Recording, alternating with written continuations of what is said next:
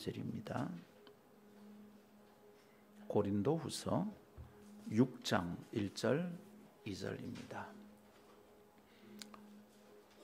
기도하고 눈을 뜨고 나니까 갑자기 사람들이 더 많아졌습니다. 낯선 얼굴이지만 반갑습니다. 잘 오셨습니다. 오늘 무슨 특별한 날인가 봐요. 고린도후서 6장 1절 2절 제가 읽겠습니다. 우리가 하나님과 함께 일하는 자로서 너희를 권하노니 하나님의 은혜를 헛되이 받지 말라. 이르시되 내가 은혜 베풀 때 너에게 듣고 구원의 날에 너를 도왔다 하셨으니 보라 지금은 은혜 받을 만한 때요 보라 지금은 구원의 날이로다. 아멘. 이것은 하나님의 말씀입니다. 하나님의 말씀은 능치 못함이 없습니다. 오늘은 1일 부흥회로 우리가 함께 모이고자 했습니다. 호주 골드코스트에서 사역하시는 골드코스트 순복음교회 담임 목사님이신 김경식 목사님과 그 사모님 홍효정 사모님이 오셨어요. 부산까지 오실 줄 몰랐어요. 갑자기 연락이 오거나 너무 반갑고 제가 이분 댁에 가서 같이 잠을 자면서 그 교회 집회를 섬겼던 기억이 지금도 너무 아름답습니다. 골드코스트가 얼마나 아름다운 곳인지 기가 막혀요. 거기서 보냈던 몇 날을 아직도 기억하고 있고 서펄츠 비치의 그 밀가루 같은 그 모래사장, 모래가 아니에요. 그 산옥가루 녹은 건데 하나하나 너무 행복한 기억이고 우리 홍혜정 사모님은 그 길로 계속 갔으면 지금 텔레비에 나와야 되는 분인데 하나님이 사람을 다 꺾어가지고 다 주님만 섬기게 만드셔서 여기 왔어요. 코스타 집회 안에서는 꽤 유명한 셀럽입니다. 그래서 기독교 CCM계에 아주 유명한 셀럽을 오늘 모시고 특별한 시간을 가지고자 합니다. 묻지도 않고 주보의 순서를 이렇게 이름을 붙였습니다. 찬미의 제사. 오늘 사모님과 함께 짧은 시간이지만 우리 함께 주님을 찬양하고 예배하는 시간을 갖도록 하겠습니다. 나오실 때 박수로 환영할까요? 네. 오늘은 뭐 보수적인 고신교회 오신다고 너무 옷을 평범하게 입으셨네요.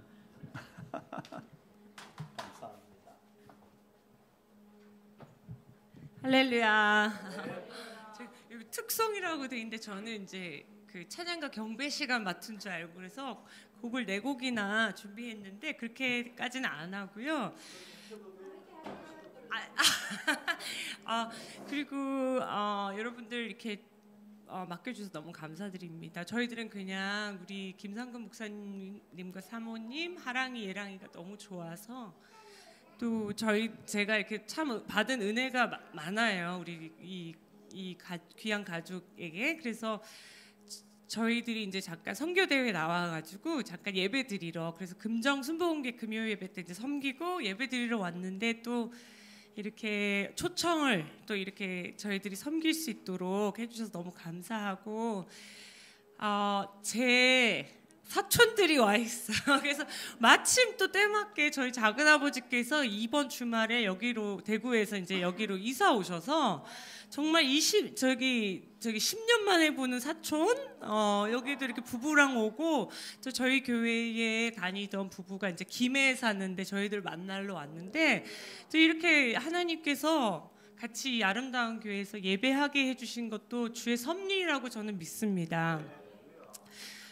잠시 이제 아름다운 교회라는 이름을 잠깐 생각해 보면서 무엇이 아름다운 교회일까?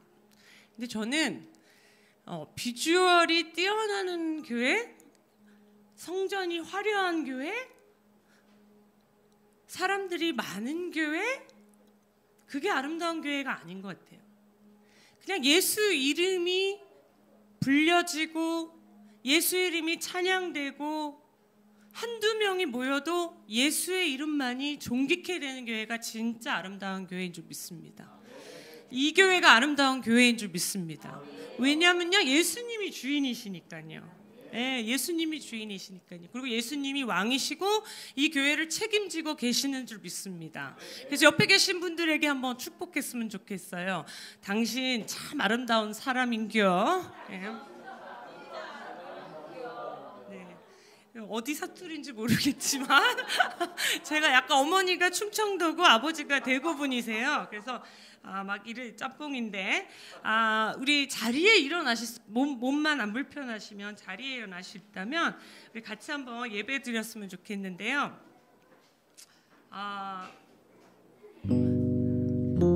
호주 스타일은 이렇게 좀 움직이셔야 돼요. 그래서 한번 연습 이렇게 움직이는 게 아니라 일단 한번 허리를 펴시고 또 옆에 계신 오른쪽 분 한번 안마해 주시고 네 오른쪽 분 안마해 주시고 오른쪽 분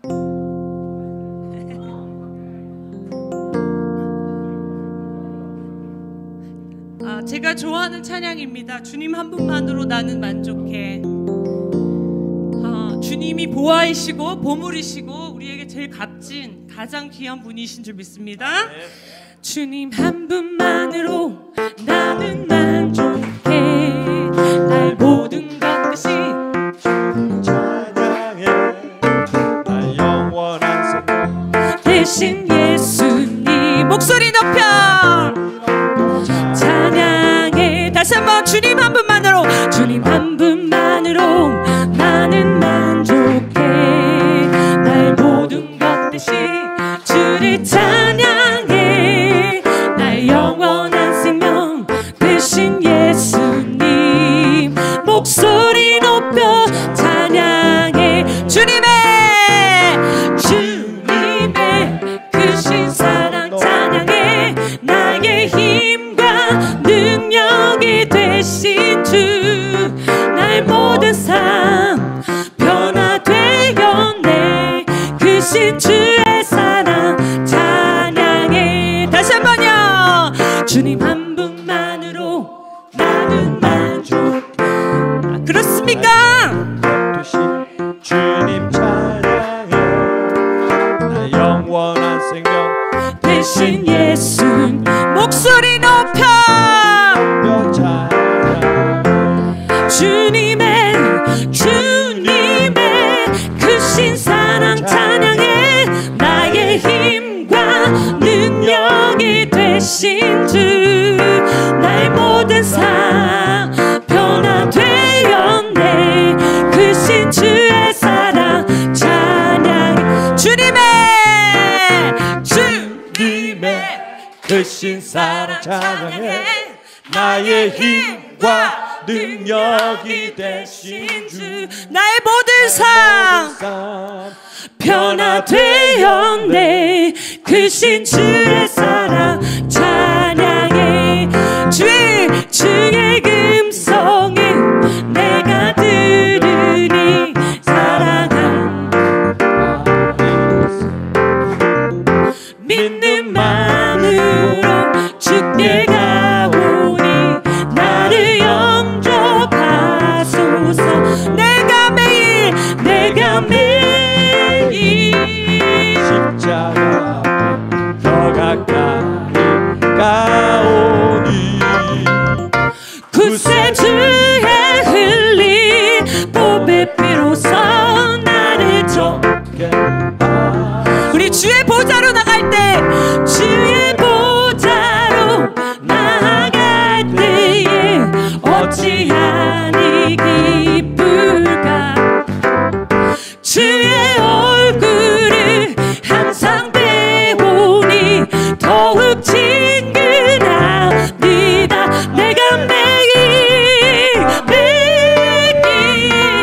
십자가 더 가까이 가오니 구세주의 흘린 보배 피로써 나를 좋게 하소서. 우리 구주의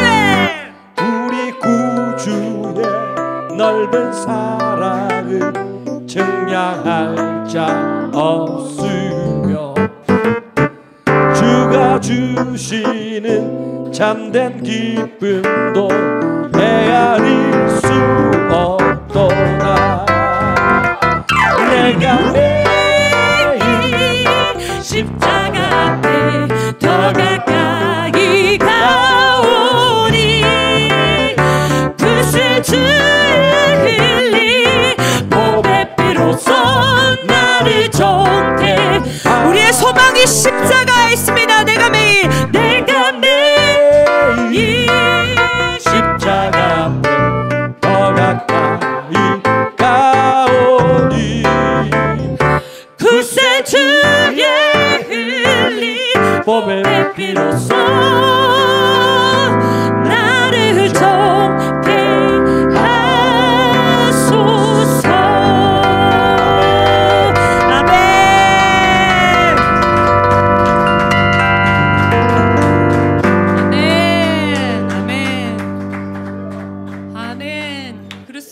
우리 기독교는 다른 종교와 다릅니다. 우리는 종교가 아닙니다. 진리거든요. 진리는 변함이 없어요. 시대는 변하고 트렌드는 변해도 변하지 않는 것은 진리입니다.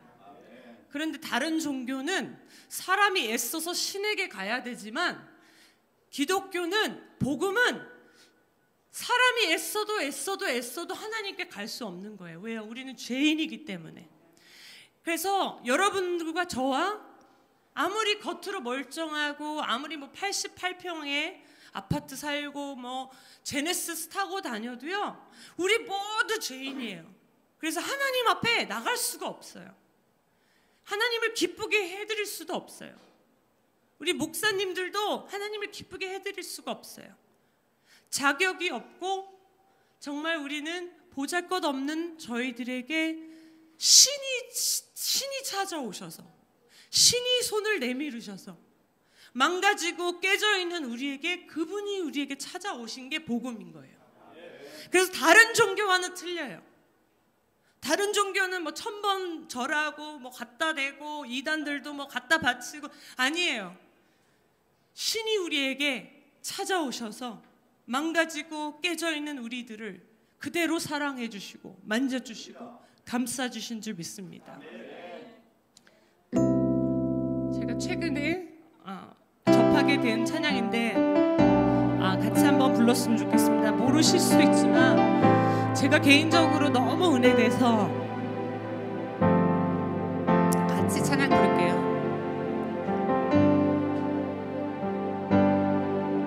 나의 사랑,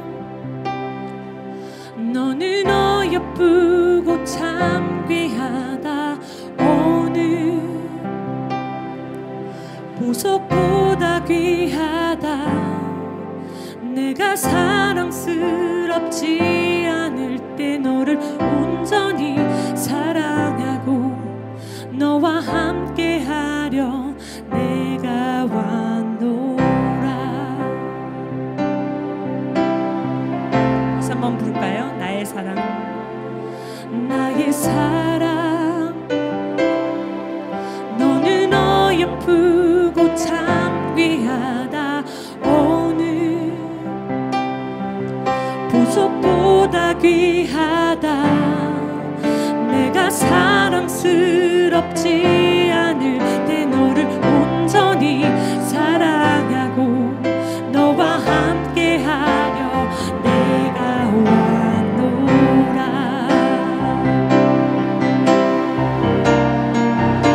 주님의 나라와 뜻이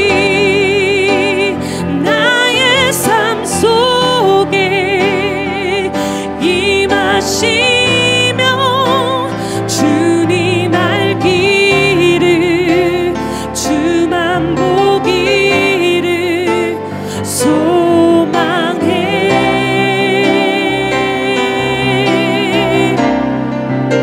거룩히 살아간 힘과 두려움 없는 믿음 주신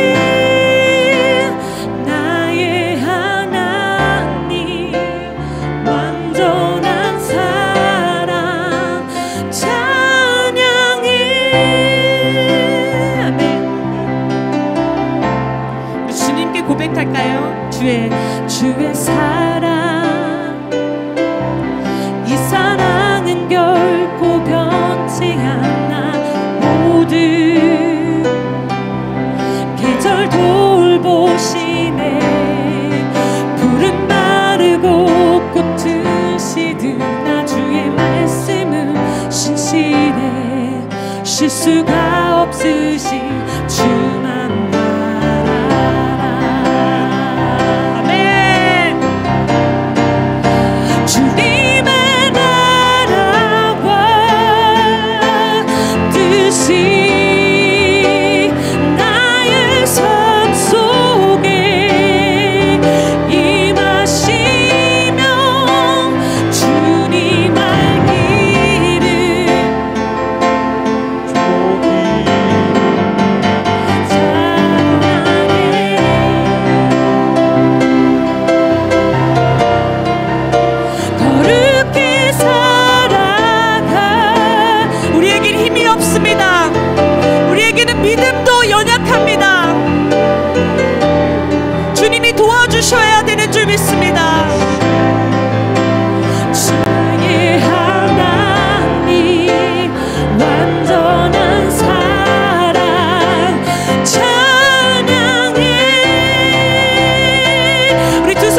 드실 수 있다면 찬양합시다.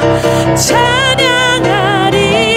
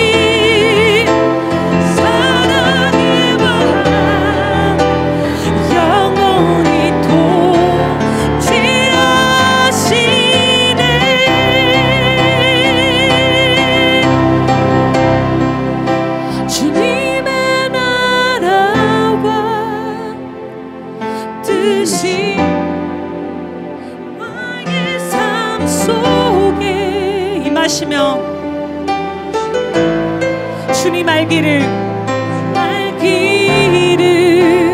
주만 보기를 소망해.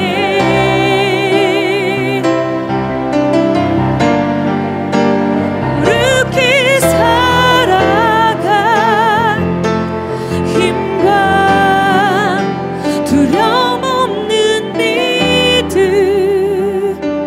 주신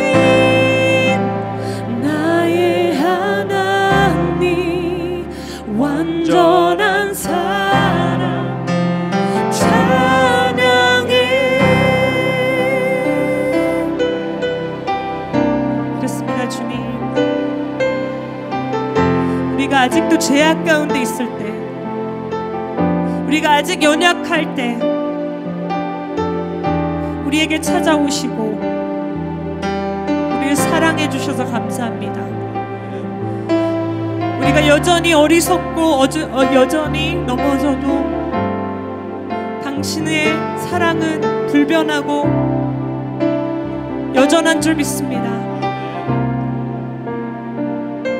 이것이 우리의 소망이요, 이것이 우리의 찬송이요, 이것이 우리의 간증인 줄 믿습니다. 이 모든 말씀 예수님의 이름으로 기도하였습니다. 아멘. 우리 마지막 같이 부르실 찬양은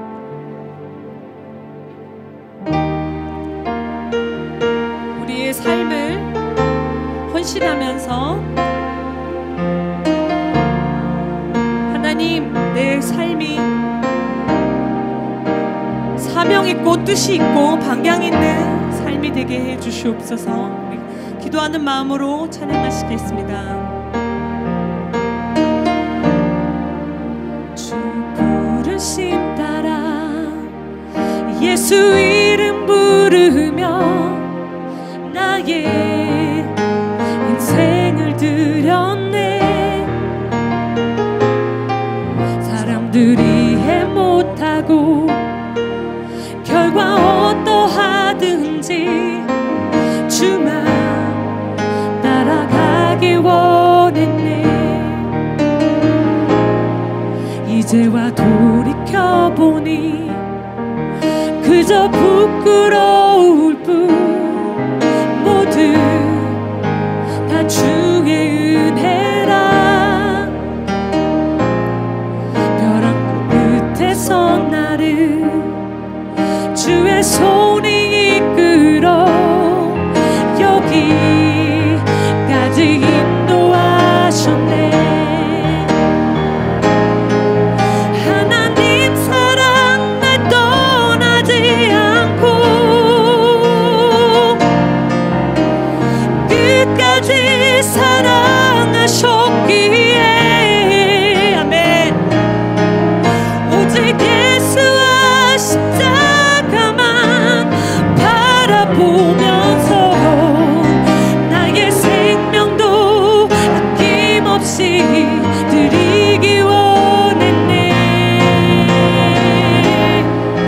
내 노래가 소망을 일으켜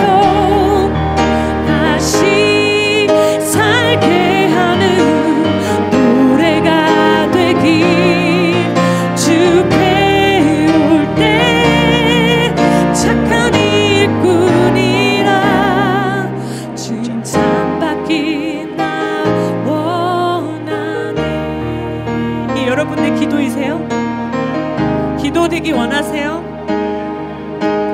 비록 이렇게 살지는 지금 자신 있게 고백하지 못할지라도 믿음으로 고백할 때 성령께서 도와주실 줄 믿습니다. 우리 다시 한번 마지막으로 찬양합시다. 이제와 돌이켜보니 그저 부끄러울 뿐 모두 다 주의 은혜라. 벼랑 끝에서 나를 주의 손이 이끌어 여기까지 인도하셨네. 하나님 사랑 나 떠나지 않고 끝까지 사랑하셨기에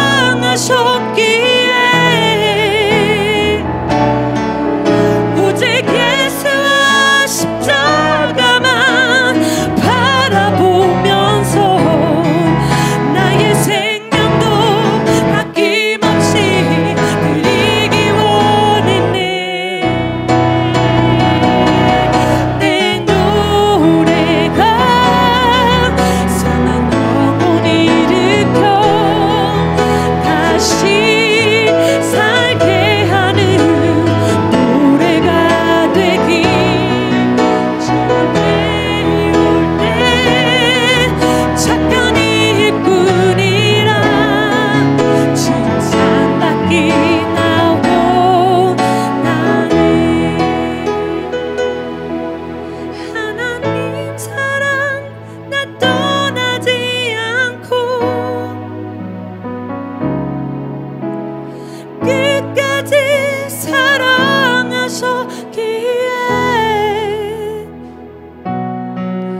오직 예수와 십자가만 바라보면서 나의 생명도 아낌없이 드리기 원했네. 그렇습니다. 주님, 내 노래가 나의 인생이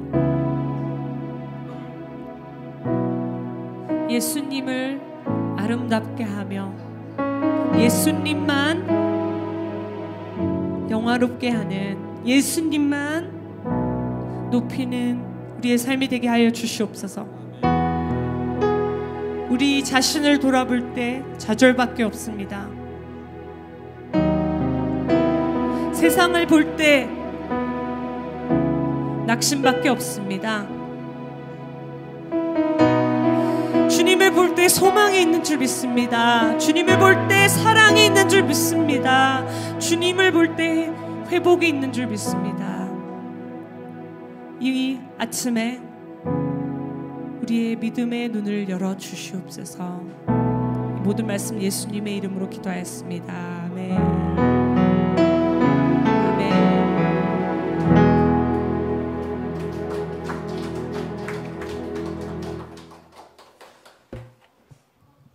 할렐루야.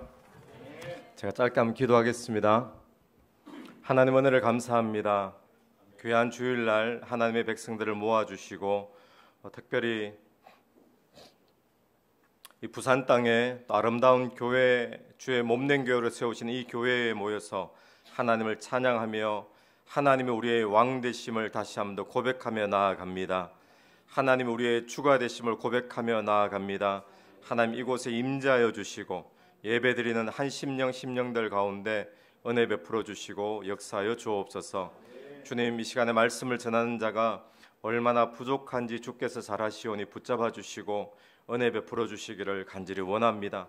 하나님 말씀을 듣는 자 함께 연약합니다. 하나님 이 말씀이 하나님의 말씀으로 들려질 수 있도록 영적인 눈과 귀를 열어 주옵소서. 성령께서 운행하시고 역사하시고 교통하시면 이 말씀이 생명 살리는 말씀 될 줄로 믿습니다. 부흥의 말씀 될 줄로 믿습니다. 회복케 하며 고치며 소성케 하는 말씀 될 줄로 믿습니다. 하나님 역사하여 주옵소서. 예수님 이름으로 기도드립니다. 아멘. 할렐루야. 반갑습니다. 저는 금방 찬양 드렸던 홍사모, 홍효정 사모의 남편 되는 김경식 목사입니다. 호주에서도 우리 김상근 목사님께서도 저를 알기 전에 창세전부터 홍사모를 알았던 것처럼 저를 알기 전에 먼저 홍사모를 아시고 또 저에게 오시고 또 저와 만남이 있었는데, 호주에서도 제가 가끔씩 다른 지역에 있는 목사님들 만나서 소개를 하면 반갑습니다, 저는 골드코스트 순복음교회 김경식 목사입니다 인사를 하면 예 반갑습니다 이렇게 하다가 제가 홍사모 남편입니다 하면 그제서야 예 홍사모 남편, 그렇습니다. 홍사모 덕분에 제가 이 귀한 강단에 서게 된 줄로 믿고, 또 부족하지만 하나님께서 저를 통해서 여러분에게 한 사람 한 사람에게 주실 말씀이 있을 줄로 믿습니다. 사람 생명이 참 귀합니다. 우리가 원하든 원치 않든 이 땅에 생명으로 태어났는데 세상의 어떤 것으로도 사람 생명값하고 바꿀 것은 없는 줄로 믿습니다. 아무리 집에 요즘 애완견이 귀하잖아요. 강아지가 귀하고 고양이가 귀하고, 이런 애완견 100마리, 1000마리, 10,000마리를 갖다 주어도 사람 생명값은 나오지 않습니다. 성경에서는 사람 생명이 천하보다 귀하다라고 분명히 말하고 있습니다. 여러분 한 사람 한 사람 여러분의 생명값이 세상 온 우주 만물을 다 갖다 대어도 내 생명 하나 값보다 못함을 기억하면서 여러분의 생명이 귀한 줄 다시 한번 더 새기게 되기를 축원합니다. 그런데 문제는 우리의 생명이 오늘 또 지금 12시가 다 돼 가잖아요. 우리의 생명이 오늘 하루 분 중에 하루치 중에서 12시간치가 벌써 빠져나가 버렸습니다. 돈으로 따지면 지출이 되어졌다는 거죠. 그리고는 매일같이 우리의 생명은 오늘 또 하루치 생명이 빠져나가고 내일 또 하루치 생명이 빠져나갑니다. 자, 그러면 우리가 어떤 경제나 경영으로 따진다면, 회계로 따진다면 내 생명의 그 귀한 생명이 하루치가 빠져나갔는데 얻는 수입은 무엇이죠? 여러분 우리의 생명은 가만히 놔둬도요, 내가 붙잡고 있는다고 붙잡을 수 있는 것이 아니라 그냥 내버려둬도 우리의 생명은 오늘 또 하루치 하루치 한 시간 한 시간 꼬박꼬박 지출이 되어집니다. 그렇게 귀한 생명인데, 천하보다 귀한 생명인데 어제도 하루치가 지출되어지고 지난달도 또 지난해도 하루치가 지출되어 버렸습니다. 그러면 그 귀한 생명을 하루치 지출시키면서 우리가 얻는 수입은 무슨 수입이죠? 여러분 어떤 수입을 얻으셨습니까? 오늘 세상 가운데 무엇을 하면 저와 여러분의 생명을 하루치 지출해도 아깝지 않은 일이 있을까요? 여러분 오늘 우리가 세상을 살면서 내 돈이 100만 원이 지출되어졌는데 얻는 수입은 50만 원밖에 되지 않는다면 여러분 괜찮습니까? 어떻습니까? 내가 정말 열심히 노력하고 땀 흘리고 일을 했는데 들어오는 수입은 하루 종일 일했는데 만 원밖에 주어지지 않는다면 좀 괜찮습니까? 제 말 뜻 모르시겠습니까? 괜찮지 않습니다. 그죠?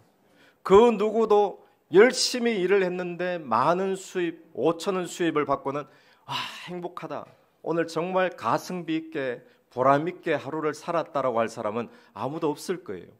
우리가 세상의 생활은 그렇게 하면서 내 생명의 경영에 있어서는 얼마나 허술한지, 그렇게 귀하다고 하는 생명을 하루치를 지출하고 또 하루를 지출하면서 우리는 수입을 계산했을 때 아무렇지 않게 생각하는 거예요. 그래도 목사님, 저는 한 달 월급이 500만 원인데요, 한 달 월급이 1000만 원인데요, 여러분 1000만 원하고 여러분 생명값 한 달치 하고 바꿔서 만족이 되어질까요? 1000만 원 연봉, 월급, 이거는요 내가 일한 대가이지 내 생명값하고 바꿀 수 있는 문제는 아니에요. 내가 노동력을 제공했는 그 대가로 500만 원을 받고 1000만 원을 받는 거지, 그것을 가지고 내 생명이 만족한다면 그건 나중에 인생 끝나면 반드시 후회하는 인생이 될 수밖에 없다는 겁니다. 여러분, 우리가 세상은 허술하게 회계 계산을 하지 않으면서 내 생명값은 얼마나 허술하게 생명값을 계산하는지, 여러분, 세상 가운데 여러분의 생명을 갖다 부어도, 여러분의 생명을 지출해도 아깝지 않은 그런 일감을 붙잡게 되기를 간절히 바랍니다. 세상을 눈을 씻고 한번 찾아보십시오. 어떤 일감이 있을까요? 교사를 하면 그런 일감이 될까요? 아니면 사람들이 원하는 의사를 하면, 변호사를 하면, 세상 사람들이 다 부러워하는 재벌이 되어지면 내 생명값 아깝지 않은 그런 일이 될 수 있을까요? 저는 오늘 특별히 아이돌 연습생인 줄 알았어요. 제 왼쪽에 있는 주차장에 차를 대는데 마침 같은 시간에 차를 대고 나오는데 연예인 차에서 내리더라고요. 그리고는 복장도 연예인 아이돌 같은 복장을 하고 와요. 그리고 우리끼리 이런 말을 해서, 아이돌은 아직 아닌데 연습생인가 보다. 근데 우리보다 먼저 와서 이 아름다운 교회 빌딩 바깥에 이렇게 기다리고 있길래, 여기 무슨 연습생 학교가 있나? 뭐 JYP 뭐 이런 거 있잖아요. 부산에 여기에 있나? 그러고 있었는데 먼저 들어오고 같이 예배 들어오더라고요. 함께 예배 드려서 영광입니다. 여러분의 꿈이 이루어지게 되길 바랍니다. 근데 여러분의 생명값을 던져도 아깝지 않은 그런 일감을 여러분 나이에 찾게 되기를 간절히 바랍니다. 아이돌들 자살 많이 하잖아요. 왜 자살할까요, 여러분? 우리 같으면 정말 부럽잖아요. 아이돌 그룹들 인기 있죠. 사람들이 우러러 보죠. 돈 많이 벌죠.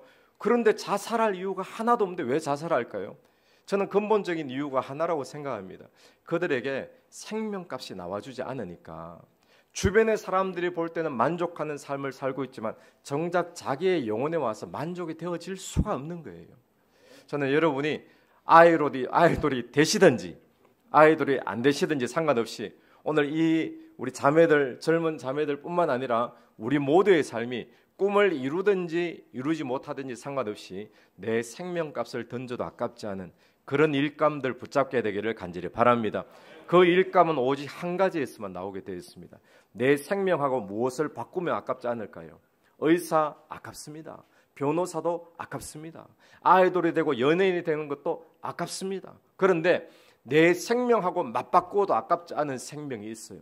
예수 생명하고 맞바꿀 때만 우리의 생명이 남는 장사가 될 줄로 믿습니다.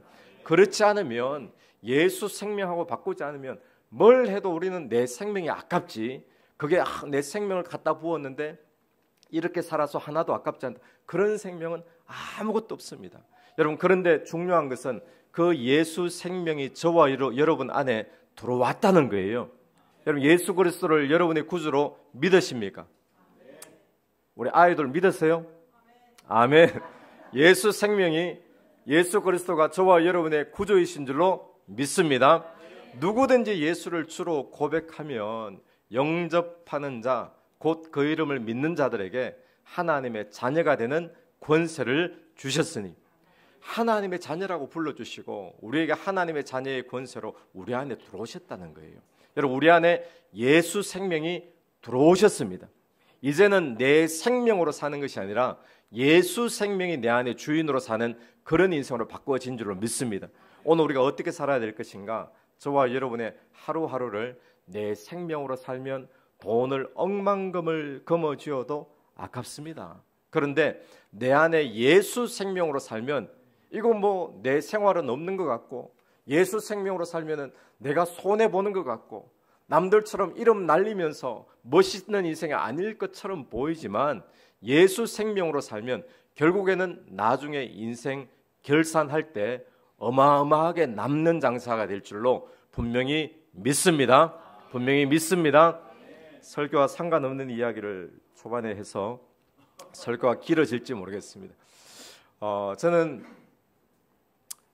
한국에서 제 소개를 짧게 해드리겠습니다. 저는 한국에서 일반 대학교를 졸업하고요, 직장을 2년 다녔습니다. 2년을 다니고는 제가 대학교 1학년 때 원래 모태신앙이었는데 대학교 1학년 때 예수님에 대한 어떤 인격적인 만남이 있었고, 그러고는 성령 세례를 받고 방언이 터지고, 저는 장로교 합동측 출신입니다.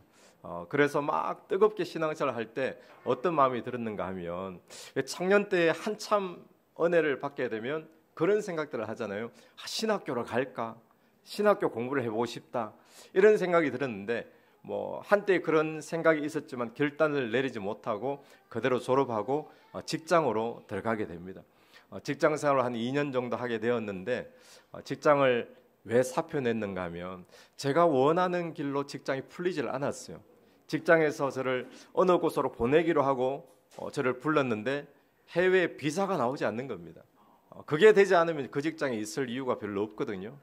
그래서 한참 인생에 대해서 고민을 하다가 어떤 생각을 했는가 하면 나 신학교로 가야 되겠다. 근데 마침 늘 저를 멘토해 주시는 목사님께서 신학교를 계속 권면을 하셨거든요. 그래서 이분이 이런 말씀을 하셨어요. 제가 왜 신학교 가기를 두려워했는가 하면 신학교 나오면 뭐가 될까요? 목사. 예, 한국은 딱 그렇죠. 신학교가 마치 목회자 양성소와 비슷합니다.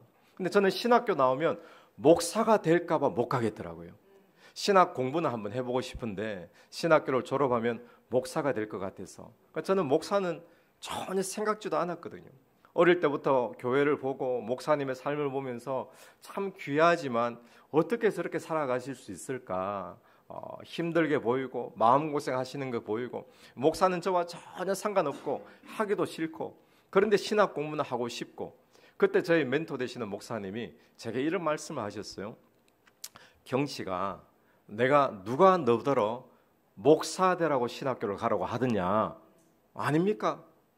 그때 하시는 말씀이 한번 생각해 보라고. 신학교를 졸업하고 장사하는 사람하고 신학교를 안 졸업하고 장사하는 사람하고 누가 하나님 앞에서 장사를 해도 정확한 인생을 살 확률이 많겠냐고.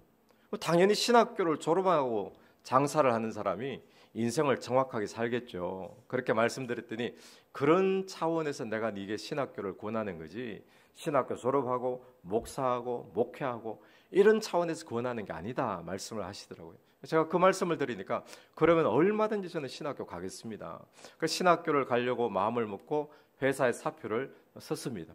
그런데 그때 이제 저는 뭐 합동측이다 보니까 총신 신대원을 가려고 했는데 제가 그 전에 호주에 와서 제가 1년 동안 영어 공부를 한 적이 있었거든요. 그래서 영어 공부를 좀 더 할 겸 호주에 있는 신학교를 그냥 신학 맛만 본다 생각하고 본격적으로는 총신 신대원에서 공부하겠다 이런 마음을 가지고 이제 호주로 오게 되었습니다. 호주에 와서 브리스벤 순복음교회에서 신학교를 다니고 또 전도사 생활은 얼마든지 할 수 있잖아요.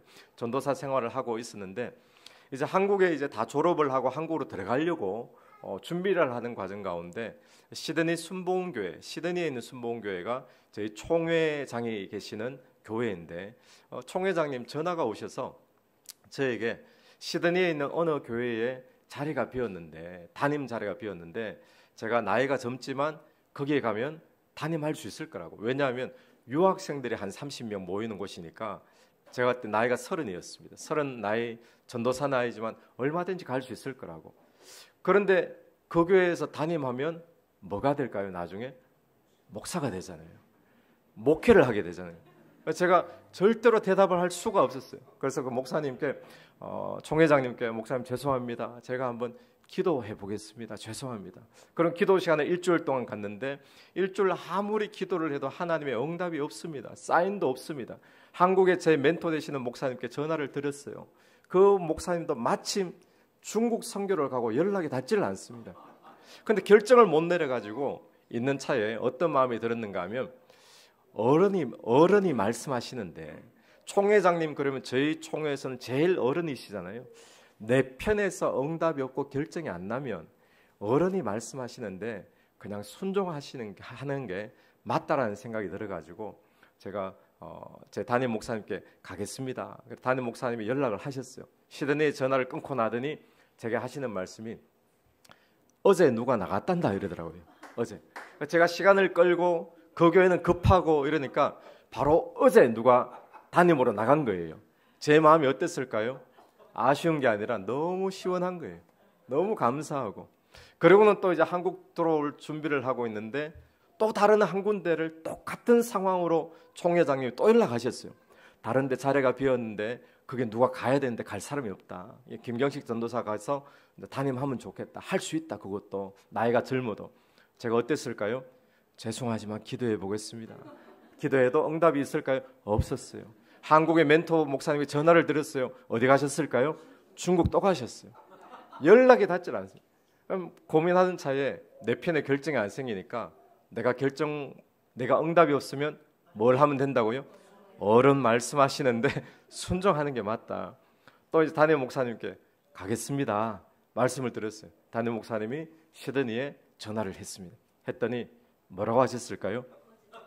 예, 며칠 전에 누가 나갔다는 거예요. 급하니까. 제가 그 말 듣고 마음이 너무 시원해서 역시 나는 목사가 아닌 게 맞아. 예. 부르심이 목사가 아니야, 목회가 아니야. 그리고 있던 차에 제가 골드코스트 지금 담임을 하고 있잖아요. 어떻게 시작이 되었는가 하면 브리스베인과 골드코스트는 차로 한 40분 거리입니다. 가깝습니다. 근데 도시는 다른 도시죠. 이 골드코스트 순복음교회를 담임하시던 목사님께서 갑자기 어떤 개인적인 일이 있고 교회에 일이 생기면서 교회가 갈라졌어요. 교회가 완전히 깨어지고 공중분해될 위기에 있고 목사님 갑자기 사표 써서 떠나가시고 누군가가 가서 주일 예배라도 드리면서 교회를 지켜야지 교회가 없어지지 않습니다. 모든 어려운 상황들을 제게 다 듣고는 시드니에서는 누구 부교육자 가운데 보낼 사람이 없는 거예요. 갑자기 빵꾸가 나니까. 그래서 제일 가까운 브리스베인 순복음교회에 전도사가 몇 명 있었는데 그때 제가 제일 프리했습니다. 그때. 저보고 빨리 가서 주일날 예배를 한 3주나 4주 주일만 내려가서 예배 드리면 부교 이제 담임할 사람 후임자를 찾아서 보내겠다고 주일만 3, 4주 예배하라는 거예요. 그러니까 한 3주, 4주 주일마다 내려와서 주일 예배 드리고 브리스베인에 올라가고 그렇게 했습니다. 4주가 지나도 여전히 시드니에서는 보낼 후임자가 없어가지고 저들 하시는 말씀이 골드코스트에서 방을 좀 잡아가지고 새벽 예배하고 조금만 인도해주면 3달 안에 보내겠다고 방을 잡았어요. 그 3달 안에 오면 방도 물려주면 되니까. 그러면 3개월 정도 지났는데 참 감사한 것은 제가 내려갔을 때 갓난 아기까지 포함해가지고 17명이 예배를 드리고 있었어요. 그때가 1999년 9월 마지막 주였습니다. 99년 9월 마지막 주. 17명이 예배를 드렸는데 근데 한 3개월 정도 시간이 지나면서 브리스베인에서 누가 청년들도 학교 옮긴다고 이사 오고 또 교인들도 오고 새로운 사람들도 오고 하면서 교회가 30명, 40명으로 주일 출석이 늘어났습니다. 여러분 아마 아실지 모르겠지만 교회가 개척이 되어지고 작은 교회에 있다가 3, 40명 모이면 그때 정말 재밌잖아요. 가족적이고 뭘 해도 은혜가 있고 재미가 넘치고 교회가 막 다이나믹하게 살아났습니다. 저도 재밌더라고요.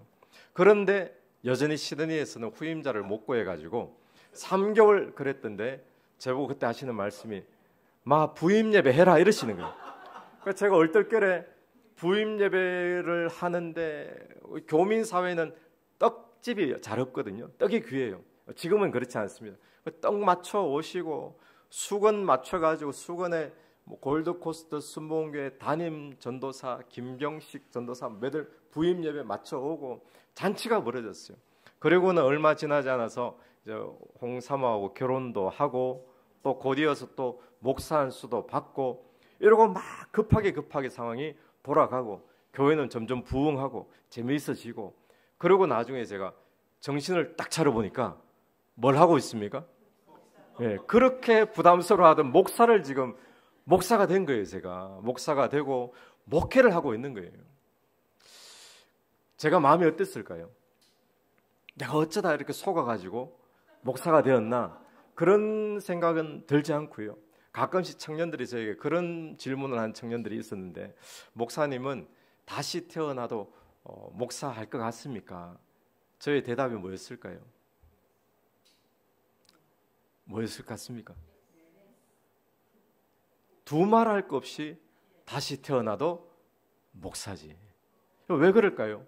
제가 초대에 좀 길게 말씀드렸던 그 설교 내용이 아닌데 그냥 들었는데 제 인생을 걸만한 일이 세상에 눈 씻고 찾아봐도 없습니다. 어떤 일이 내 인생을 투자하고 내 평생을 갖다 바쳐도 끝날 때 후회하지 않을 만한 그런 일감이 될 수가 있겠습니까? 그중에 꼭 목사라는 타이틀을 말씀드리는 것이 아니라 그 가운데 목회를 한다는 것, 목사가 돼서 한 영혼을 구원시키고 그들을 하나님의 헌신자로 사명자로 만들어주는 이 일에 쓰임 받는다는 것이 저의 인생을 얼마나 값지게 만들어주는지, 2번 다시 태어나도 목사하는 것 두말할 것 없이 당연한 이야기죠.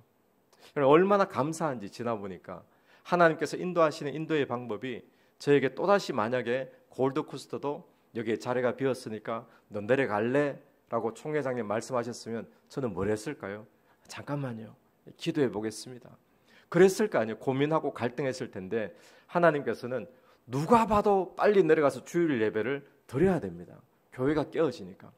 그러면서 얼떨결에 내려와서 또 보내주신다 그래가지고 3주 기다리고 또 보내주신다 3개월 기다리고 그랬던 것이 25년째 지금 안 보내주고 계시는 거예요. 한 교회 지금 25년째 목회를 하고 있습니다. 감사하게도 하나님께서 뭐 여러 가지 우여곡절 시행착오를 통해서도 교회를 부흥시켜 주시고, 더 감사한 것은 교회 숫자가 몇 명이고 이게 중요한 게 아니라 저희 교회를 통해서 수많은 사람들이 은혜 받고 또 사명자가 되고 헌신자가 되고 예수 믿게 되었다는 것, 그것이 얼마나 귀하고 감사한지 여러분, 하나님의 인도하심은 지금도 있는 줄로 믿습니다. 각자에 맞추어 주시는 거죠. 저에게는 얼떨결에 하다 보니까 목사가 되고 목회를 하고 인생의 귀한 길을 찾았던 것처럼 하나님께서 여러분 각자에게 지금도 인도하심이 분명히 있는 줄로 저는 분명히 확신합니다. 그 인도함이 있음을 믿고 기억하며 주를 믿고 따라갈 수 있는 저와 여러분이 되었으면 좋겠습니다. 오늘 말씀을 잠깐 보시면 고린도 후서 본문입니다. 말을 제가 원래 천천히 하는데 앞에 말을 너무 많이 해가지고 지금 빨리 해야 될 것 같아요. 고린도 후서는 누가 적었죠? 저자가 누구입니까? 사도 바울이잖아요. 여러분, 고린도후서 사도 바울이 오늘 본문 1절에 이렇게 이야기를 합니다. 우리가 하나님과 함께 일하는 자로서 너희를 권하노니. 오늘 본문 말씀은요, 사도 바울이 이 고린도 교회 교인들에게 권면하는 이야기입니다. 여러분 한번 생각해 보십시오. 내 주변에 알고 있는 정말 믿음 좋은 권사님, 장로님 또는 정말 내가 존경하고 믿음이 좋으신 어떤 목사님께서 나를 불러놓고는 내가 너에게 권면한다 이렇게 말하면 그 말을 허투루 들을 사람이 누가 있겠습니까?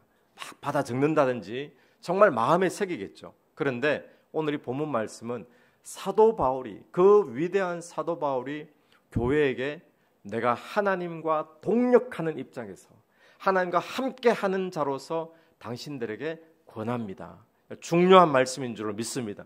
그럼 무엇을 권면하시는가? 그 권면의 내용이 그 다음 나오죠. 하나님의 은혜를 뭐라고요? 헛되이 받지 말라. 여러분, 하나님의 은혜를 헛되이 받지 않게 되기를 축원합니다. 이 이야기는 무슨 이야기입니까? 하나님의 은혜를 헛되이 받는 일이 있단 말입니까? 없단 말입니까? 있다는 이야기예요. 지금도 하나님의 은혜를 헛되이 받는 일이 일어나고 있다는 겁니다. 여러분, 은혜를 헛되이 받는다. 이게 어떤 의미겠습니까? 우리가 무슨 일을 하는데 뭔가를 기대하고 열심히 하잖아요. 열심히 시간을 투자하고 에너지를 투자하고 내 물질을 투자해서 뭔가를 기대하는데 나중에 열심히 했는데 나오는 열매를 보니까 아무것도 없어요. 그때 우리는 뭐라고 하죠? 헛살았다 그러잖아요. 헛거다, 헛짓했다.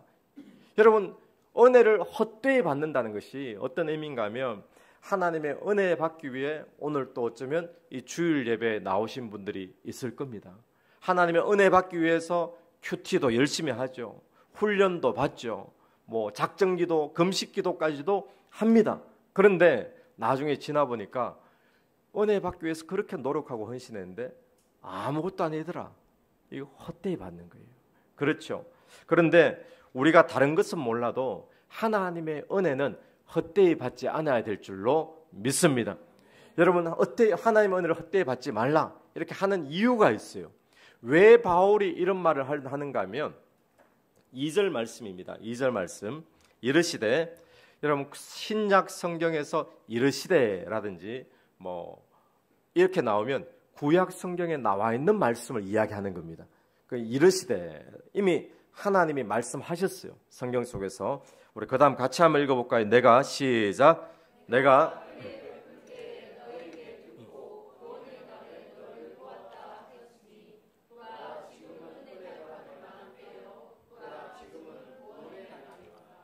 아멘. 여러분, 이 은혜를 헛되이 받지 말라 하는 이유는 뭔가 하면 지금이 은혜가 있기 때문에 그렇습니다. 지금 구원의 역사가 있는데, 하나님의 은혜가 있는데, 이 은혜는 붙잡지 않고 엉뚱한 것 붙잡고 있으면 은혜를 헛되이 받는 것이 되어진다는 거예요. 구약 성경에서 금방 읽었던 이 2절의 말씀, 이 말씀은 어떤 뜻인가 하면, 이르시되 내가 은혜 베풀 때에 너에게 듣고 구원의 날에 너를 도왔다 그러죠. 너에게 듣고 너를 도왔다. 이 말은 어떤 말인가 하면, 우리에게 구원이 필요할 때 하나님께서 그 구원을 베풀어 주셨다는 거예요. 우리에게 은혜가 필요할 때 하나님께서 은혜를 베풀어 주셨다는 겁니다. 그러니까 너에게서 듣고 너를 도왔다 이야기는 현재 완료입니다. 과거에 옛날에 내가 그랬었지, 과거로 끝나는 이야기가 아니라 지금도 하나님께서는 하나님의 백성들의 은혜가 필요할 때 한 번도 외면하신 적이 없으시고 은혜를 들으셨다는 거예요. 그 이야기를, 그 간구를 들으셨다는 거예요. 그 구원이 필요할 때 구원을 베풀어 주셨다라고 분명히 그렇게 이야기를 하고 있는 거예요. 구원을 베풀어 주셨다라고 이야기해요. 그러니까 이 이야기는 하나님이 저와 여러분에게 은혜가 필요할 때, 이스라엘 백성들의 은혜가 필요할 때 은혜를 늘 베풀어 주셨고 구원을 베풀어 주셨기 때문에, 그럼 지금은요? 지금은 하나님의 은혜를 베풀어 주실까요? 지금도 하나님은 은혜를 베풀고 계십니다. 여러분은 지금 어떤 지금을 보내고 있습니까? 여러분은 어떤 지금이라는 시간을 지금 지나가고 있습니까? 어떤 사람은 고난의 지금을 보내는 사람이 있어요. 어떤 사람은 형통하는 그런 지금을 보낼 수도 있죠. 요즘 일이 너무 잘 풀리고 지금 너무 행복해. 근데 어떤 사람은 질병과 또 병상에서 그 지금을 보내는 고통스러운 터널을 지나는 사람들도 있습니다. 근데 기억하십시오. 오늘 우리의 모든 지금 속에는 하나님이 은혜를 베풀고 계십니다. 하나님이 구원을 베풀고 계십니다. 그렇다면 우리가 이렇게 반문할 수 있죠. 아니, 하나님, 2022년 작년 3월 달에 우리 가정에 이런 일이 벌어졌을 때 내가 그렇게 하나님 앞에 부르짖고 간구하고 도와달라 그러고 작정기도까지 하고, 그때 하나님 어디 계셨습니까? 그때 은혜 베풀어 주셨습니까? 그때 안 베풀어 주셨잖아요. 내가 그렇게 간구했는데. 하나님, 작년에 우리 사업이 힘들 때, 내 자녀가 힘들 때, 그때 하나님 은혜 언제 베풀어 주셨습니까? 우리가 이렇게 반문할 수 있죠. 그런데 하나님께서는 그때도 분명히 은혜 베풀어 주셨다는 겁니다. 구원을 베풀어 주셨다는 거예요. 여러분, 하나님이 그랬다고 하시는데 거짓말일까요? 하나님이 지금 우리가 따져드니까 입장 곤란해가지고 그때도 베풀어 줬어, 대충 그러실 분일까요? 그게 아니고, 하나님이 그랬다고 하는 것은 진짜 그러신 거예요. 하나님은 그때도 은혜를 베풀어 주셨고 내 편에서 못 느꼈을 뿐이지, 하나님의 은혜가 없다고 생각했을 뿐이지, 하나님의 은혜는 한순간도 비어진 곳이 없는 줄로 믿게 되기를 축원합니다. 하나님의 은혜는 항상 매 순간순간, 매 지금마다 하나님의 은혜는 꽉 찬 상태로 내려오는 줄로 여러분 믿게 되기를 축원합니다. 그래서 사도 바울은 우리에게 뭐라고 말하는가 하면, 지금은 이라고 해요. 지금은 어떤 지금이죠? 지금 요즘 너무 힘들어요. 저는 너무 고통스러워요. 지금은 이 일이 잘 풀리지가 않아요. 지금 자살하고 싶어요. 여러분, 그런 지금일지라도 그 지금 속에 하나님의 은혜가 있을까요, 없을까요? 하나님의 은혜는 있습니다. 내가 보지 못하고 잡지 못하고 느끼지 못했을 뿐이지, 하나님 편에서는 지금 은혜 받을 만한 때임을 사도 바울을 통하여 이야기를 해주고 있는 거예요. 이유는 무엇 때문에요? 내가 은혜 베풀 때 너를 들었고 구원의 날에 너를 도왔다. 하나님은 분명히 우리에게도 동일하게 말씀하시는 줄로 믿습니다. 그러므로 오늘 우리는 이 지금, 지금 무엇을 바라봐야 될까요? 여러분 지금 어떤 순간이라고요? 그 고통에 지금, 그 형통에 지금 무엇을 바라봐야 될까요? 은혜 베풀고 계시는 주님을 바라봐야 될 줄로 믿습니다. 구원을 베풀고 계시는 주님을 바라봐야 될 줄로 믿습니다. 그런데 만약에 하나님은 지금도 은혜를 베풀고 계시고 구원을 베풀고 계신데 문제는 단지 내가 못 느낄 뿐이잖아요. 그렇기 때문에 내가 문제만 바라보면서, 사건만 바라보면서 내가 원망하고 불평하고 마음이 어두워지고 그러면 그걸 뭐라고 말할까요? 은혜를 헛되이 받는 거라는 겁니다. 은혜를 헛되이. 왜요? 은혜가 없으면 불평, 원망만 말하는 것이 맞는 말이죠. 그런데 은혜가 있는데도 불구하고 이 은혜는 붙잡지 않고 불평거리, 원망거리만 붙잡고 나가니까 이건 어떻게 돼요? 없는 거 취급해버리잖아요. 헛걸로 취급해버리잖아요. 은혜가 헛내리고 있는 거예요. 지금 은혜를 헛받고 있는 거예요. 오늘 지금 저와 여러분의 모든 상황 속에, 어떤 상황 속에도 하나님의 은혜는 임하는 것을 믿게 되기를 축원합니다. 고난의 속에서도 하나님의 은혜는 지금 만땅 꽉 채워져서 하나도 모자람 없이 꽉꽉 내리고 계신 줄로 믿게 되기를 바랍니다. 그 은혜를 붙잡는 게 믿음입니다.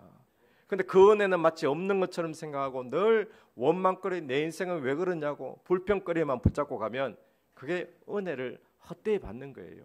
여러분 이스라엘 백성들 한번 생각해 보십시오. 이스라엘의 광야의 40년의 그 시간이 어려웠을까요? 쉬웠을까요?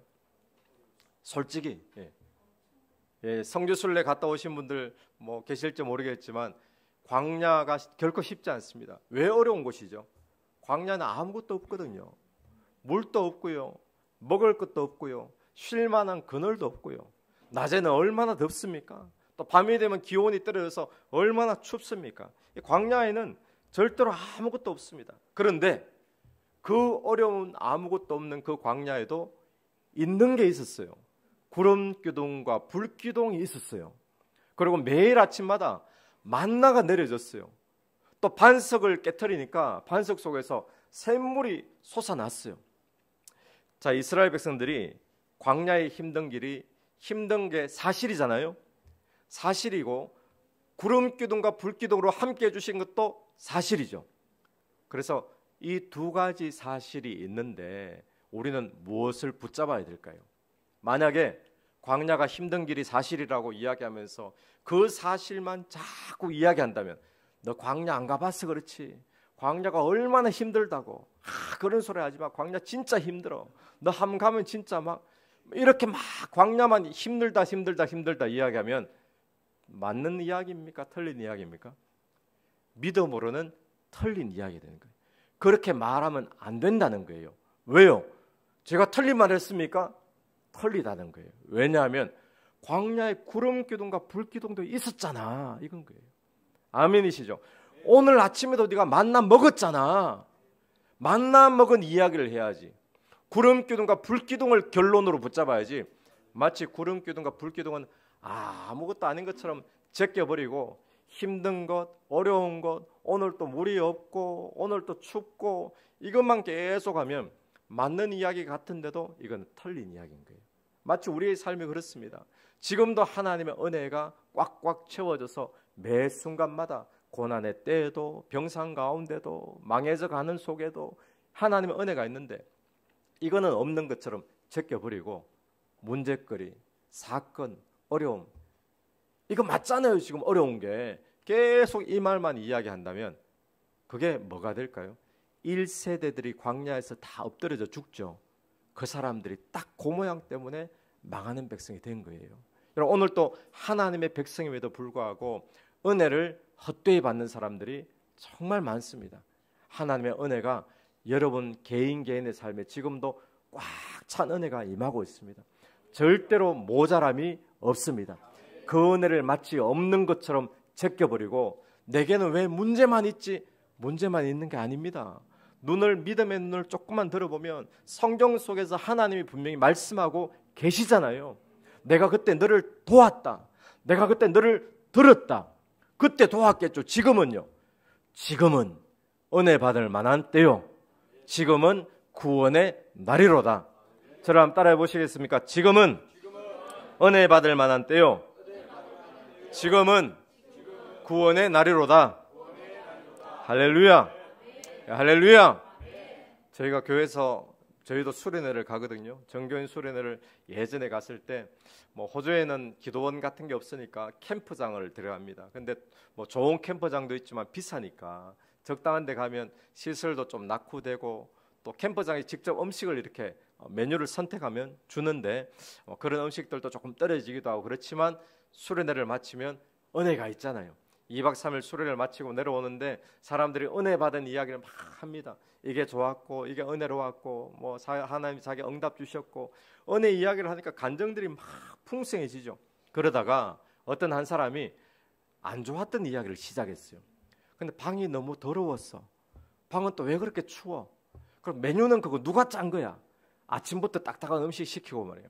이래 막 불평거리를 이야기하니까 불평거리도 한 보따리가 나와요. 여러분 불평거리는 우리의 삶에 늘 있습니다. 사건도 늘 있습니다. 문제도 늘 있습니다. 그런데 무엇도 늘 함께 있다고요? 하나님의 은혜도 늘 있습니다. 우리의 영적인 싸움은 무슨 싸움이겠습니까? 누군가 그런 표현을 하죠. 무엇을 보는가의 싸움이다 그러죠. 저는 우리가 은혜를 보느냐 아니면 문제를 바라보느냐 이 싸움이에요. 문제도 팩트입니다. 그죠? 팩트입니다. 이게 현실이지 않습니까? 이렇게 이야기하죠. 목사님, 근데 현실은요. 돈이 없는 거예요. 현실은요. 지금 어려운 상황 가운데 있는 이게 현실이에요. 여러분, 그럼 성경은 현실 아닙니까? 눈에 안 보이기 때문에 우리는 마치 현실이 아닌 것처럼 밀어내고 있어요. 그런데 눈에는 보이지 않지만 성경은 현실 가운데 진짜 현실인 줄로 믿습니다.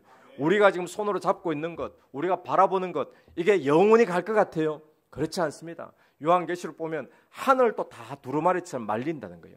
땅도 다 뒤집어진다는 거예요. 온 천지 만물이 다 바뀝니다. 그런데 변치 않는 것 한 가지 무엇이죠? 하나님의 진리의 말씀은 끝까지 가는 거예요. 무엇이 진짜 현실입니까? 저 하늘이 진짜 현실이에요? 우리가 발 닦고 사는 이 모든 내가 접하고 느끼는 게 진짜 현실이에요? 진짜 현실처럼 느껴지지만 영원이라는 시간 속에서 진짜 현실, 참 현실은 하나님의 말씀이요, 하나님의 약속이요, 하나님이 나와 함께 하신다는 것이 진짜 현실인 줄로 믿습니다. 여러분, 우리는 무엇을 바라봐야 됩니까? 우리 주변에 문제 없는 사람 아무도 없고 고통 없는 사람 아무도 없어요. 그런데 거기에 초점 맞추고 그거 붙잡고 그것이 마치 진짜 현실인 것처럼 이야기를 끝까지 몰아가면 안 된다는 거예요. 우리의 인생의 결론은 그럼에도 불구하고 하나님의 은혜가 있잖아, 이걸 붙잡아야 되는 거예요. 하나님의 은혜를 놓치지 않게 되기를 축원합니다. 지금도 여러분의 삶의 현실 가운데 있는 그 하나님의 은혜를 헛되이 받지 않게 되기를 간절히 바랍니다. 지금은 은혜 받을 만한 때입니다. 지금은 구원의 날인 줄로 믿습니다. 한 번은 미국에서 교민 목회를 하시다가 호주에 잠깐 들리셔서 저희 교회 방문하셨던 그 목사님이 이런 말씀을 하셨어요. 얼마나 제가 웃었는지. 미국에도 가면 이제 1.5세, 2세들, 3세들이 미국에서 한인 목회 총회에 소속되어서 한인 총회에서 목사 한 수를 받는 경우들이 굉장히 많습니다. 그런데 2세, 3세가 되어지니까 한국말이 굉장히 어렵죠. 그럼에도 이제 한국 교회 안에 또 영어권 예배도 있고 사역자가 필요하니까 그들이 이제 목사 한 수를 한국 노회에서 받게 되는데 목사 한 수를 이제 여러 명이 받으면 그 안수하는 예배를 마칠 때 축도로 마치잖아요. 그 축도로 마칠 때 그날 새로 목사 한 수 받은 사람이 대표로 나와서 축도를 처음 하게 됩니다. 보통 그런 순서를 가지죠. 그래서 그날 또 이미 2세 아마 3세 한국말이 서툰 3-4개 목사님이 축도를 맡게 되어서 열심히 아마 준비했겠죠. 한국말을 잘 모르니까 축도를 하려고 손을 탁 드는데 축도 어떻게 시작합니까? 예, 여러분, 하나님은 지금을 붙잡고 축복하신다는 것을 기억하셔야 돼요. 지금입니다. 하나님은 과거에 역사하셨던 하나님, 우리가 여기에 머물면 안 됩니다. 그래서 왕년에 내가 뭐 어떻게 살았는데, 과거에도 나도 하나님 은혜 받았는데, 뭐 이런 은사가 있었는데, 이게 전부 다 과거의 이야기예요. 하나님은 과거의 하나님이 아닙니다. 미래의 하나님이 잘해주시겠지. 잘해주시겠죠, 당연히. 미래만 자꾸 이야기하면 이거는 허황한 사람 되어지죠. 몽상가가 되어지죠. 오늘 우리에게 중요한 것은 지금입니다. 지금 하나님은 몰라. 지금은 너무 힘들어. 우리의 신앙이 딱 요 모양이잖아요. 과거에 나도 과거에 이랬어. 헌신했어. 뭐 복 받았어. 하나님 간증할 게 많아요. 미래에 하나님 잘해주실 거야. 지금은 글쎄 지금은 힘드네. 딱 요 모양. 지금 하나님이 역사하는 거예요. 그래서 목사님 축도할 때도 지금이라는 시간을 딱 붙잡고 그 시점을 축복하는 겁니다. 아멘이시죠? 그래서 목사님이 새내기 목사님이 손을 들고 지금은 우리 주 예수 그리스도의 은혜와 이렇게 축도를 하는데 손을 딱 들고 하니까 그 앞에 쟁쟁한 선배 목사님들, 어른들, 총회장들 계시죠. 그리고 교회인들 막 있는 데서 얼마나 떨렸겠어요. 한국말로 하니까 딱 올라가니까 눈이 깜깜한 거예요. 준비했던 거 기억도 안 납니다. 손을 들고는 지금은 해야 되는데 가만히 있었어요. 생각이 안 나가지고 한참을 가만히, 한국말이 생각이 안 나니까 한참을 가만히 있다가 겨우 한마디 딱 시작했는데 요새는 우리 주 예수 그리스도예요. 요새는. 자, 그 이야기를 듣고 얼마나 웃었는지. 하나님은 요새 역사하십니다. 요즘 왕성하게 일하십니다. 얼마나 열심히 하나님이 일해 주시고 잘해 주시는지. 그런데 요새 좀 더 정확하게 하나님은 여러분의 그 지금 나는 너무 힘들어요. 그 지금 나는 너무 외로워요. 그 지금에 하나님의 은혜가 있습니다. 그걸 놓치고 다른 이야기하면 그 사람은 영적인 몽상가, 영적인 과거에 매인 사람, 이렇게 될 수밖에 없는 거죠. 여러분, 여러분의 지금은 어떤 지금입니까? 기억하십시오. 그 지금 은혜 받을 만한 때입니다. 그 지금 구원의 날입니다. 왜냐하면 하나님의 은혜가 지금도 흐르고 있기 때문에 그 은혜를 놓치지 않는, 헛되이 받지 않는 그런 저와 여러분 되기를 간절히 바랍니다. 같이 한번 기도하겠습니다. 우리 홍삼 반주 한번 해주십시오. 하나님의 은혜를 감사합니다. 하나님의 은혜는 지금도 우리 삶 속에 지금 현재 여기에 역사하는 줄로 믿습니다. 그 하나님의 은혜를 헛되이 받지 않는 저희들이 삶이 될 수 있도록 도와주시옵소서. 예수님 이름으로 기도드립니다. 아멘. 우리 앞뒤좌우로 한번 인사해 보겠습니다. 인사드릴 때 지금은 은혜 받을 만한 때입니다. 한번 인사하겠습니다. 저희 교회에서는 이렇게 인사를 하거든요. 보통 이제 교회에서 인사할 때 사랑하고 축복합니다 이렇게 자와합들이 인사를 하시잖아요. 저희 교회에서는 이렇게 인사하는데 한번 해보시겠습니까? 주님이 지금도 잘해주고 계십니다. 한번 인사해 보겠습니다. 주님이 지금도 잘해주고 계십니다. 예, 주님이 지금도 잘해주고 계신 줄로 믿습니다. 우리 같이 한번 찬양 드리시고 한번 짧게 같이 하는 기도하는 시간을 좀 가졌으면 좋겠는데, 우리가 요즘 많이 부르는 찬양 가운데 은혜라는 찬양이 있죠. 우리 송경민 분이 작사 작곡하신 곡, 우리 이 찬양 한번 고백하시면서 오늘 가사의 내용은 과거에 은혜 주셨던 하나님을 이야기하고 있지만 우리가 오늘 주신 말씀 붙잡고 하나님 지금도 은혜 베풀어 주시는 하나님을 내가 믿습니다. 우리 그렇게 고백하는 시간 되었으면 좋겠습니다. 내가 누려왔던 모든 것들이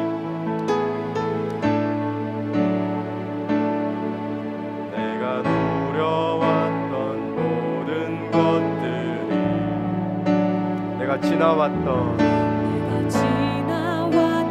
모든 시간이 내가 걸어왔던 모든 순간이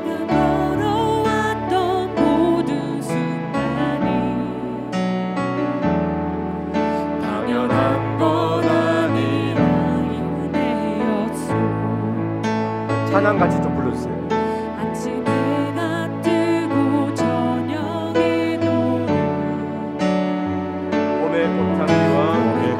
향기와 가을의 변하는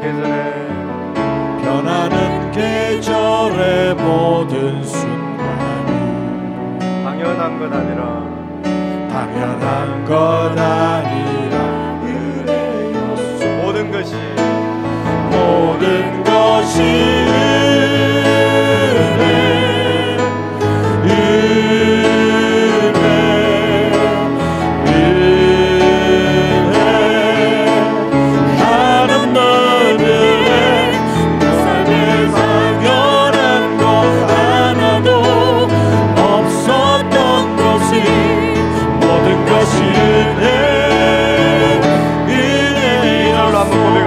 내가 이 땅에 태어나 사는 것, 땅에 태어나 사는 어린아이 시절과 지금까지, 어린아이 시절과 지금까지 숨을 쉬며 살며 꿈을 쉬며 살며 꿈을 꾸는 삶, 당연한 것 아니라 은혜였소. 당연한 것 아니라 은혜였소. 내가 하나님의 자녀로 살며, 내가 하나님의 자녀로 살며 오늘 찬양하고 예배하는 삶, 오늘 찬양하고 예배하는 삶, 복음을 전할 수 있는 축복이, 복음을 전할 수 있는 축복이 당연한 것 아니라 은혜였소. 당연한 것 아니라 우리 자리에서 다 같이 일어나셔서 고백합시다. 모든 것이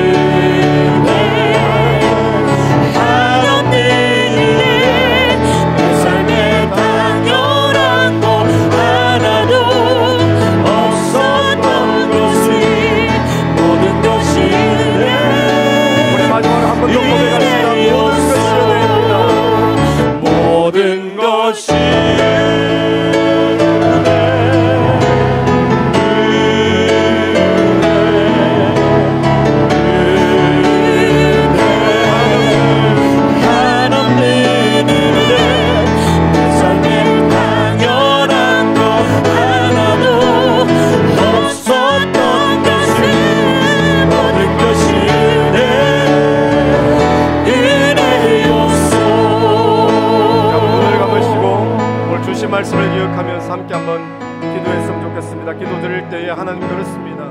내 삶 속에 모든 순간순간마다 지금마다 하나님의 은혜가 있었는데, 하나님 그동안 얼마나 많은 세월 동안 그 은혜를 내가 헛받아 왔는지